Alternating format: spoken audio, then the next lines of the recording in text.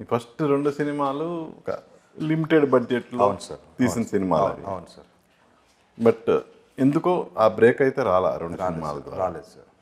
But ఈ cinema ఒక prestigious banner, అవును సార్. అంటే 50 ఇయర్స్ ఇండస్ట్రీలో ఉన్న బ్యానర్. అవును. ఈ ప్రాజెక్ట్ని ఫస్ట్ ఓకే చేసినప్పుడు నీకు ఏమనిపించింది? చాలా సంతోషం వేసింది సార్. ఇది ముందు కథ రాసుకున్నప్పుడు అంటే తెలుసు ఈ కథ అంటే అందరూ యాక్సెప్ట్ చేసే కథ కాదు బయట ప్రొడ్యూసర్ల దగ్గరికి. దీన్ని చేయాలంటే కొంచెం కొంచెం టేస్ట్ సినిమాని అర్థం అంటే కమర్షియల్గా కాకుండా మోర్ ఆఫ్ కంటెంట్ని అర్థం చేసుకోగలిగే నిర్మాత అయితే బాగుంటుంది అని చెప్పేసి అనుకున్నప్పుడు one of my friend Teja అని చెప్పి తను ఇక్కడే కోడైరెక్టర్ చేశాడు అంతకుముందు ఇదే సంస్థలో. ఓకే. తన ద్వారా స్వప్న గారికి ముందు ఒక చిన్న పిచ్ డెక్ పంపించడము, తను ఒక 1 డేలో చదివేసి తనకు దాంట్లో సినాప్సిస్ నచ్చి రమ్మన్నారు ఆఫీస్కు.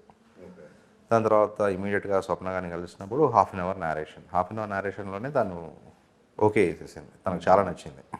అంటే ఫస్ట్ చెప్పినప్పుడు కోర్ పాయింట్ ఏది? నువ్వు స్వప్న గారి పంపించిన స్క్రిప్ట్లో కానీ నువ్వు ఎక్స్ప్లెయిన్ చేసిన హాఫ్ అన్ అవర్ నెరేషన్లో కానీ అవును సార్. మెయిన్ కోర్ పాయింట్ ఏంటి? కోర్ పాయింట్ ఇదే సార్. అంటే ఒక ఊరు అది ఎలా అప్పట్లో నిజాం దౌర్జన్యాలకు వ్యతిరేకంగా పోరాడింది, దాన్ని ఒక ఫిక్షనల్ క్యారెక్టర్ ఒక football player point of view నుంచి ఎలా చెప్పగలను అనేది ఇదే ఎగ్జాక్ట్గా ఏదైతే ఉందో సినిమాలో అదే నేరేట్ చేశాను. ఫస్ట్ చేసినప్పుడు ఒక హాఫ్ అన్ అవర్ ఇమీడియట్గా హాఫ్ అన్ అవర్ నేరేషన్లోనే దానికి నచ్చి వెంటనే ఓకే చేశారు.